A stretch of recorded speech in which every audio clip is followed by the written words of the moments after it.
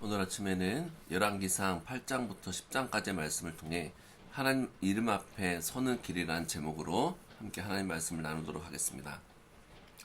열왕기상 8장부터 10장까지의 말씀은 솔로몬 시대의 가장 찬란한 순간을 보여주고 있습니다. 성전이 완성되고 언약궤가 성전 안으로 들어오고 또 온 백성이 하나님 앞에 서서 기쁨으로 봉헌식을 드립니다.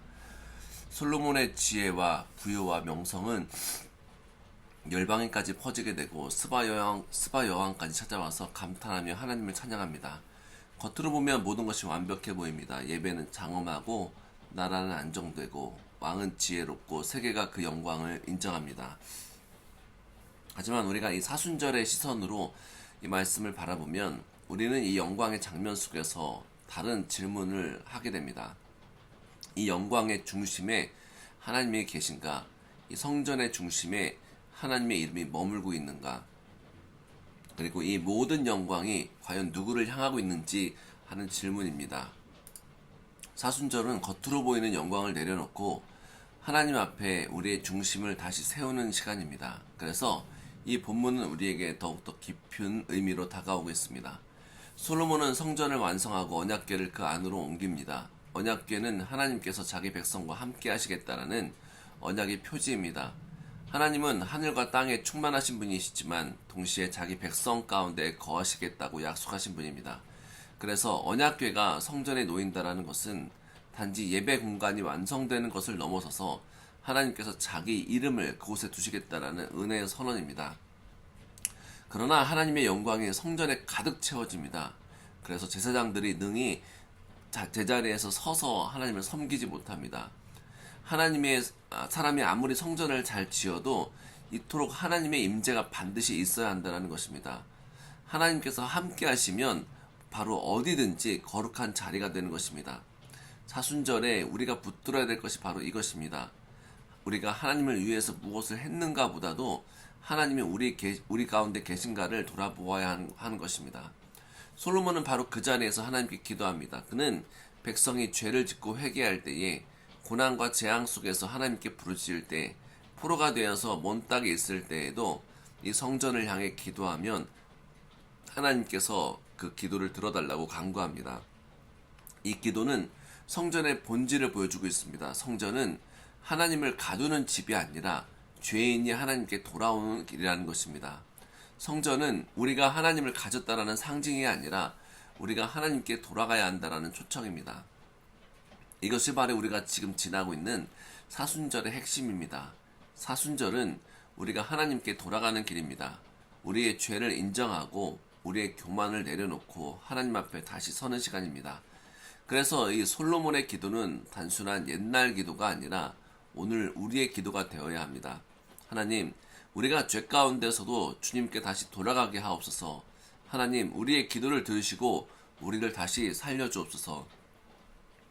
더 놀라운 것은 솔로몬이 이방인까지도 위해서 기도한다는 것입니다. 하나님의 이름을 듣고 먼 나라에서 오는 사람도 이 성전을 향해 기도하면 들어달라고 간구하는 것입니다. 이것은 하나님의 마음이 얼마나 크신지를 보여줍니다. 하나님은 특정한 사람들만의 하나님이 아니라 모든 사람들이 돌아오기를 원하시는 하나님이시라는 것입니다. 사순절은 바로 이 하나님의 마음을 담는 시간입니다. 나만을 위한 신앙이 아니라 많은 이들이 하나님께 돌아오기를 바라는 마음으로 살아가는 시간입니다. 그러나 하나님께서 이 아름다운 기도에 응답하시면서 또한 엄중한 경고를 주십니다. 하나님은 자신의 이름을 성전에 두시겠다고 하셨지만은 이스라엘이 하나님을 떠나서 우상을 섬기면 심판이 임할 것이라고 말씀하십니다. 이것이 우리가 사순절에 붙들어야 될 말씀입니다. 형식적인 예배와 겉모습의 신앙은 우리를 살릴 수 없습니다. 성전이 있어도 하나님을 떠나면 무너질 수 있습니다. 그래서 이 사순절의 시간 동안에 우리가 겉모습을 점검하는 것이 아니라 우리의 마음의 중심을 점검해야 합니다. 우리는 예배를 드리고 기도하고 신앙생활하고 있지만 그 중심에 하나님이 계신지 다시 한번 묻고 따지고 점검해야 합니다. 하나님이 아닌 어떠한 것들을 붙들고 있는지 다시 돌아봐야 됩니다. 이것이 바로 회개의 자리이고 사순절의 자리입니다.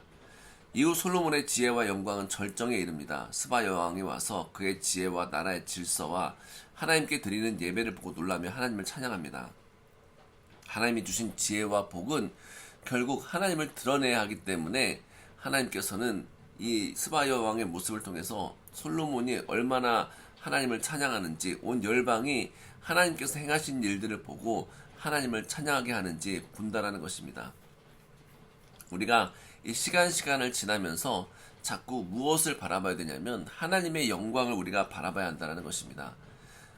솔로몬을 통해서 하나님께서 많은 영광을 주셨지만은 우리는 그 영광 가운데서도 신앙이 그 하나님의 복만을 바라보는 것이 아니라 하나님 자체를 바라봐야 한다는 것입니다.